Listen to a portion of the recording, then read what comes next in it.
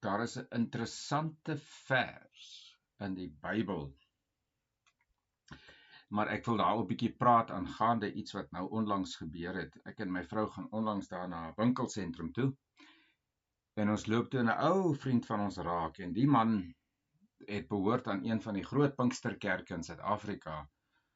En omdat hulle toe nou nie meer uitnodigings maak in die kerk nie, toe gaan hy oor na 'n karismatiese beweging toe.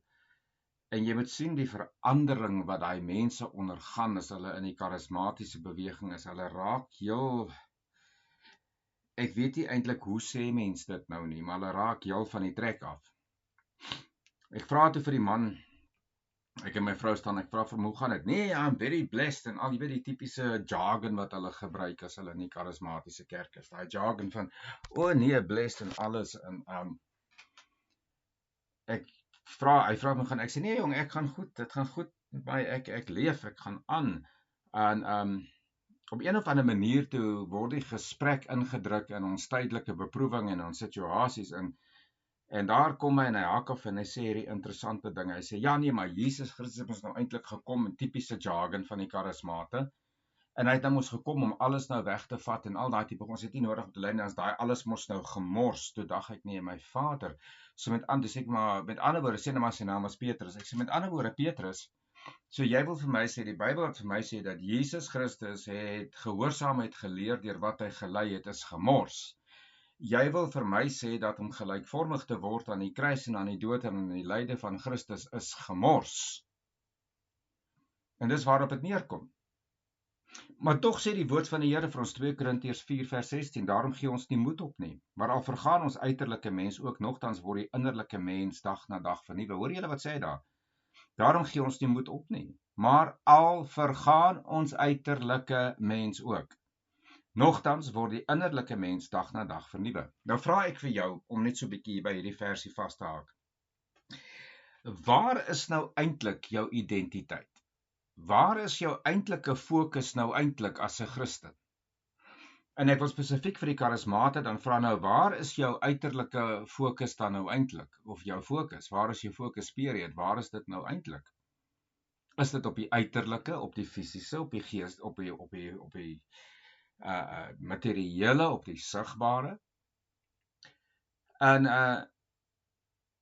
dit pla my, want die Bybel sê vir ons, daarom gee ons nie moed op nie, maar al vergaan ons uiterlike mens ook. Jy sien, nou kry jy die karismate wat die hele tyd hierdie genesing van hulle liggaam oor hulle bely, en hulle bely en bely en bely en bely en bely en bely die hele tyd. Hulle bely vir hulle geloof, hulle bely vir hulle gesondheid, hulle bely vir hulle finansies, hulle bely vir die voorspoed van hulle huisgesin, hulle bely vir 'n vergoeding in die werk, hulle bely vir 'n promosie in die werk. En al is die man besig om dood te gaan van kanker, bely hy nog steeds dat hy gesond is en dat hy nie kanker het nie. Nou vra ek nou vir jou eintlik, nou hoekom bely jy die hele tyd? As Christus dan so 'n oorwinnende ene is in jou wat jy en jou kerk glo, hoekom is jy al ewig aan die belydenis? Hoekom bely jy en bely jy? Jy forceer jouself in so 'n belydenis, en dis al wat jy doen. Jy bely en jy bely en jy bely en jy bely, en jy spreek oor jou en jy spreek oor jou, en niemand mag iets anders te spreek nie, want dan spreek hulle 'n vloek oor jou, of hulle spreek dit oor jou, of jy spreek dit oor hulle, en daai tipe goeters. Maar eienaardig genoeg, party van ons wat in die Christuslewe beweging is, wat weet Christus leef in my, en hy wat in my is my lewe.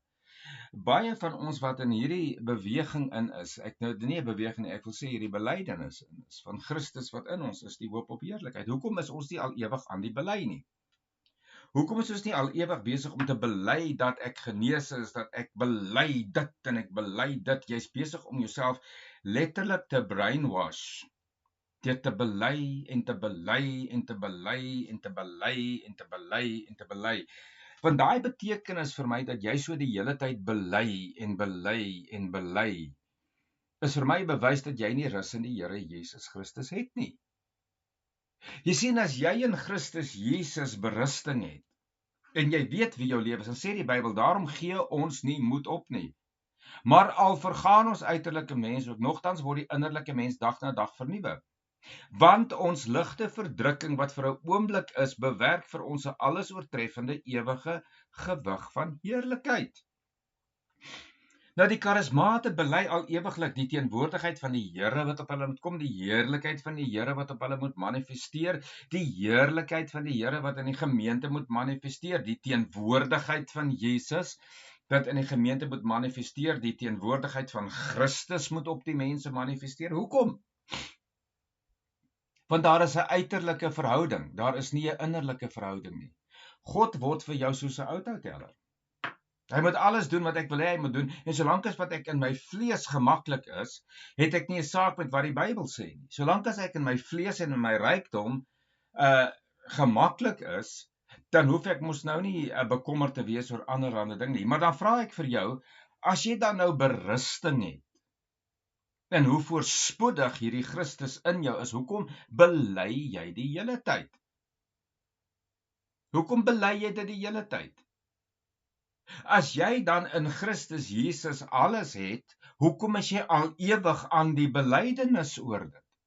Hoekom is jy al ewig besig dan om God te probeer manipuleer om iets vir jou te doen? Ek bely ek is genees, ek bely ek is ryk, ek bely ek het dit gekry, ek bely ek is daai en ek spreek dit, en het jy al gehoor, veral in Engels, I declare and I declare and I declare. Well, when are you going to stop declaring and start proclaiming? Jy sien, wanneer die mense declare en maak deklarasies en deklarasies en deklarasies, maar hulle neem nie ontvangs nie. En in steede om te berus in Christus, bely hulle en bely hulle en bely hulle en bely hulle, wat vir my wys, daar is nie 'n berusting in wie Christus is nie. Dit wys vir my een baie duidelike ding, dat jy het nie 'n vaar-benul wat besig is om met jou te gebeur nie. Jy het nie 'n vaar-benul wat Christendom is nie, jy het nie 'n vaar-benul wat 'n verhouding met Jesus Christus is nie. Luister wat sê Paulus weer, hy sê, daarom gee ons die moed op nie, maar al vergaan ons uiterlike mens ook, nogtans word die innerlike mens dag na dag vernuwe. Want ons ligte verdrukking wat vir 'n oomblik is, bewerk vir ons 'n alles oortreffende ewige gewig van heerlikheid.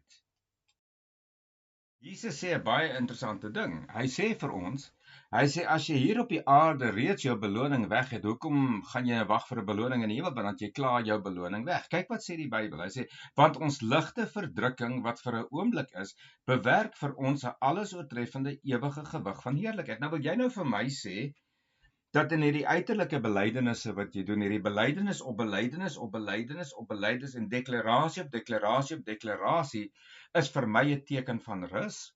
Is dit vir my wat 'n wedergebore kind van die Here is, wat lewe met die lewe van Christus in my, is dit vir my 'n teken dat jy gegroei het in die geestelike groei, of beteken dit vir my dat jy swak?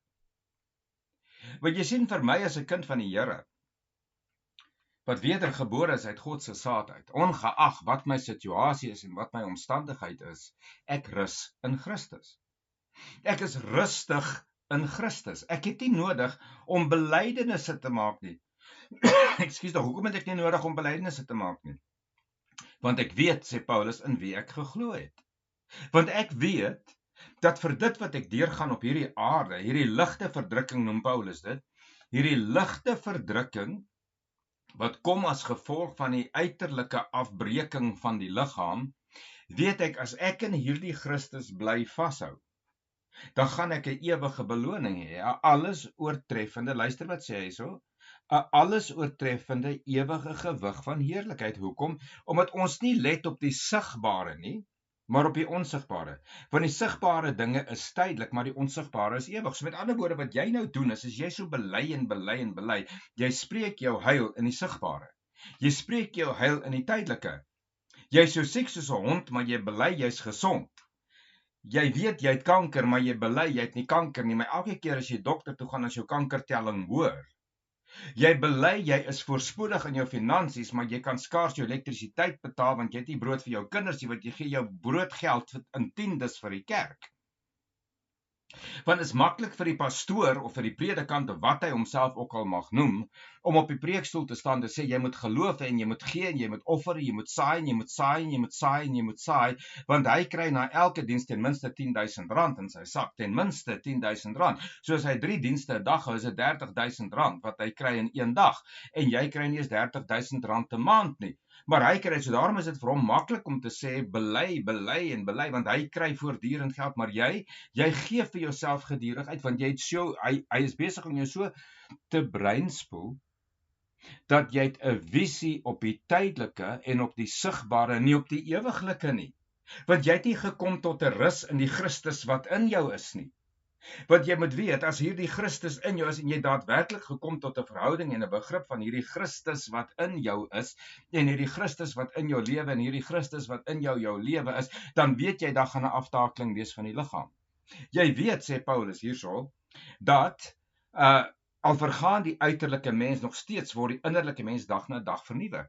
Jy kan soos Kenneth Hagin en Kenneth Copeland bely en bely en bely oor hierdie liggaam, dat jy gaan lewe tot 200 en tot 120 en 130.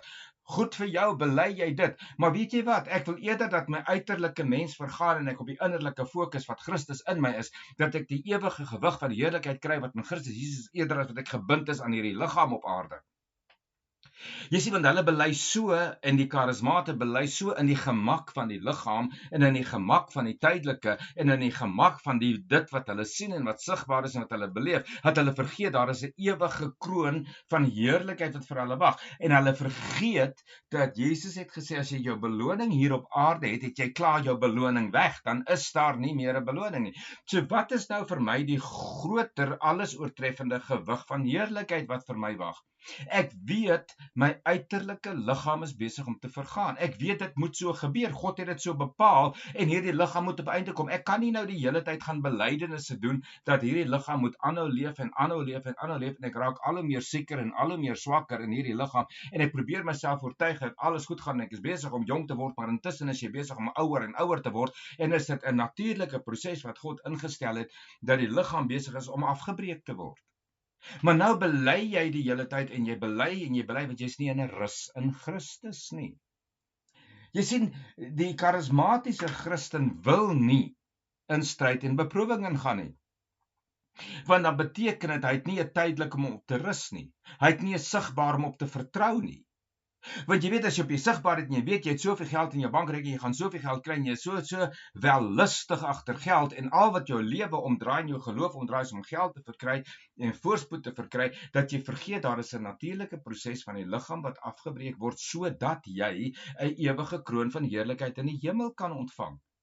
Moet jy so vasgevang in jou belydenis op die situasies op hierdie aarde van rykdom en voorspoed en geloof en al daai tipe goed, geloof en jou geloof en dat jy sê dinge soos dat hierdie ding wat ons moet ly is sommer gemors. Maar wat sê Paulus? Ons moet gelykstaande word aan die lyde van Christus en aan sy dood gelykvormig word, dat ons in ons liggaam sy lyding aanvul. Maar wat doen jy? Jy weerhou die lyding en jy dink jy het nou fantasties gegroei daarbo. Jy groei nie as jy daarbo is nie. Jy groei nie as jy in voorspoed is nie. Jy groei nie as die Here alles vir jou doen en jy weet nie om iets uit geloof uit van die Here af te verwag nie. Jy sien, as wat hulle sê, hulle verwag, hulle moet geloof kry om iets uit die Here te verwag. Ek moet die hele tyd die Here manipuleer en die Here probeer druk in 'n hoek in en vir die Here probeer bely in 'n belydenis in en vir 'n verantwoordelikheid in en vir 'n antwoordbaarheid in. Maar jy vergeet een ding, dat as hierdie Christus in jou is, dan het jy 'n rus in jou. Wat sê Paulus? Hy sê, ek het geleer om in alles vergenoegd te wees. Want hy wat in my is sterker as hy wat in die wêreld is. Hoor jy, dat hy wat in my is, die Christus, sterker as ek wat in die wêreld is, as die situasies wat in die wêreld is. Hy wat in my is my sterkte. Hy wat in my is my lewe. Hy in my is die ene wat die absolute, hierdie alles oortreffende gewig van heerlikheid in my bewerk. Want my rus is in Christus. Ek weet my behoefte is nie aan die uiterlike en aan die fisiese nie, maar my behoefte is in Christus, dat ek hom leer ken. Dat ek nie op die uiterlike vertrou nie. Wat sê Paulus? Paulus sê hierso, 2 Korintiërs 4:18. Opdat ons nie let op die sigbare dinge nie, maar op die onsigbare, want die sigbare dinge is tydelik, maar die onsigbare is ewig. Nou as jy nou soveel miljoene rande maak op die aarde, gaan jy dit saam met jou vat hemel toe. As jy 20 vliegtye het, kan jy dit saamvat hemel toe en jy deel dit nooit met die ander gelowiges nie. Met ander woorde, jy is selfsugtig, jy raak wêreldsgesind en jy word dis 'n vyand van die kruis en 'n vyand van God. Want jy so gefokus op die vleeslike en op die uiterlike en op die sigbare, jy vergeet wat die onsigbare is. Jy vergeet wat die ewiglik is. Jy vergeet wat die alles oortreffende heerlikheid is wat vir ons wag in Christus Jesus. Want nou kry jy jou voorspoed en jy kry jou oorsprong uit die fisiese en uit die materiële uit, maar jy kry dit nie uit jou werklike bron wat God in jou is nie. Jy kry nie jou lewe uit die bron wat Christus, wat die saad van God is wat in jou is. Jy kry nie daar uit jou bron nie, want jou bron is die fisiese en die sigbare en die tasbare, die materiële. En wat sê die Here? Dat jou vriendskap met hierdie wêreld is vyandskap met God, want hoe meer jy bevrediging in hierdie wêreld wil kry, jy weet, jy wil nie siekte in jou liggaam hê nie, want jy wil nie die pyn hê nie, jy's bang vir die pyn. Met ander woorde, jy's bang om deel te hê aan Christus se lyding. Wat sê Paulus? Ek is dankbaar dat ek die lyding wat Christus tekort kom in sy liggaam kan aanvul in my liggaam. Paulus sê, ek dank die Here dat ek aan sy lyde gelykvormig kan word, dat ek aan sy dood gelykvormig kan word, want daardeur gaan ek die hoë roeping van God in Christus verkry in die opstanding uit die dood uit, as ek deur dit druk, want dan beteken dit dat jy beskou alles wat hierdie materialistiese gemors is as drek, en jy beskou Christus as die parel van groot waarde, en jy wil eerder gevind word in Christus as in die tydelike.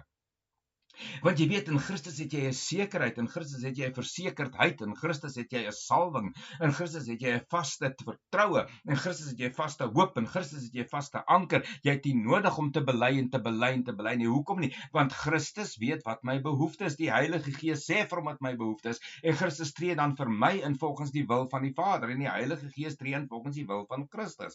So ongeag wat my belydenisse uiterlik is, God weet wat vir my goed is.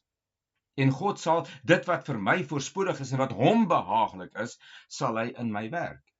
Maar as jou fokus op die wêreldse is, as jou fokus op die fisiese is, as jou fokus op die tydelike is, dan het jy nie die alles oortreffende heerlikheid of gewig van heerlikheid in die ewigheid vir jou wag nie. Want die dag as jy dan in die hemel kan kom, gaan jy wonder, maar dan gaan jy nou weer bitch en moan, jammer vir daai woord, dan gaan jy weer moan, omdat jy nie iets gekry het nie, omdat daar nie 'n beloning vir jou is. Maar hoekom kry die ou wat nooit 'n tiende gee, of die een wat dit genoem, kry hy 'n mansion, maar ek kry niks nie? Dan weet jy hoekom.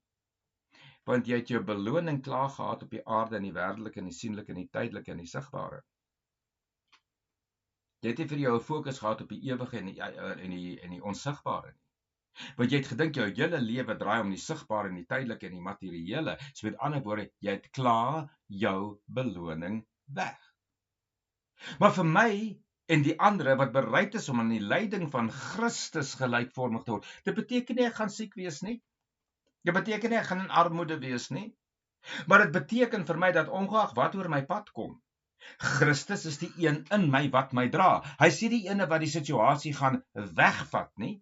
Hy is die ene wat my gaan sterk maak binne in die situasie. Want die Christus in my is die ene wat in die situasie is. My Christus is nie in die tydelike nie. My Christus is nie in die sigbare nie. My Christus is nie in dit wat hy kan sien en dit wat hy kan voel en dit wat hy kan manifesteer en dit wat hy kan ervaar nie. Christus is nie daarin nie. Dis in die wêreld. En my Christus is nie deel van hierdie wêreld nie. My Christus is hemels. My Christus is opgevaar. My Christus is aan die regterhand van God, die almagtige Vader. En daai Christus van my leef in my en hy is my rykdom. Hy is my alles oortreffende gewig van heerlikheid wat in die ewigheid is. Hy is die ene wat deurdra en hy is die ene wat help en hy is die ene wat assisteer. Hy is die ene wat intree vir my en hy is die ene wat weet wat God se doel vir my is. En hy weet God se doel vir my is nie die fisiese nie. Maar as ek in my realiteit van die Christus wat in my in is begin beweeg, in 'n verhouding met hom intree wat my is en sê, Here, dat ek is bereid om te ly, dit is dan wanneer jou beloning gaan uitkom, want dan weet jy jou vertroue is in Christus. Maar hoekom is die mense so aandbelye? Hulle bely en bely en bely en bely, want dood eenvoudig. Hulle het nog nie toegelaat dat die kruis van Jesus Christus in hulle werk nie. Hulle het nog nie toegelaat dat hulle gelykvormig word aan die dood van Christus Jesus nie. Want as jy gelykvormig geword het aan die dood van Christus Jesus, dan gaan jy geen waarde heg aan die tydelike, aan die materiële, aan die sigbare nie. Want as jou waarde is dan in die onsigbare, die alles oortreffende heerlikheid wat blywend is, Christus, die lewende en die opgestaande God. Dis daar waar jou rus gaan wees, dis daar waar jou kalmte gaan wees, want jy weet, as jy in hierdie Christus is en hy is in jou, dan gaan jy lyding kry, jy gaan beproewing, jy gaan verdrukking kry, sê die woord. Maar weet jy wat? Ek weet dat hierdie kort tydjie van lyding en beproewing werk vir my 'n alles oortreffende heerlikheid in die ewigheid in. Want my fokus is op die hemelse, my fokus is op my Vader, die fokus is op my God, die fokus is in my Christus Jesus in my. En niks anders dan nie. Niks weeg op met sy waarde, niks kan met hom vergelyk nie. En ons gaan later weer bietjie verder daaroor praat. Maar luister weer, want ons ligte verdrukking wat vir 'n oomblik is, bewerk vir ons 'n alles oortreffende ewige gewig van heerlikheid. So kom ons vra vir jou nou self af, hoekom is jy al ewiglik aan die belydenis? As jy dink Christus is so wonderlik en so fantasties en so 'n voorsiener vir jou, hoekom is jy nog steeds aan die belydenis en hoekom sukkel jy nog steeds om standvastigheid te hê en rus te hê in die Here? Moenie vir my sê jou belydenis die hele tyd om dinge te bely en te spreek oor jou is rus nie. Rus beteken rus. Die Griekse betekenis vir die woordjie rus is ek het 'n rusplek in die teenwoordigheid. Ek lê om die tafel van die Here en eet druiwe. Ek het nie nodig om te vra om druiwe te eet. Ek het nie nodig om te vra en te bely dat ek kan druiwe eet. Ek het nie nodig om te vra en te bely dat ek by hom kan wees, om sy tafel kan lê en kan leun nie. Want as jy kyk in die Ou Testament en in die Nuwe Testament, hoe die mense geëet om 'n tafel, hulle het gelê en hulle het geëet. Hierdie rus in Christus beteken ek lê aan die tafel en ek eet en ek word druiwe gevoer. Dis wat dit beteken. Maar nou bely jy en jy bely en jy bely en jy bely en jy kom nie tot 'n rus nie. Want as jy nie bely nie en jy moet dit doen, jy moet daai, met ander woorde, wat gebeur as jy gaan in baptisme, en ons praat later weer daaroor. Maar nou ja, tot ons weer praat, mooi bly.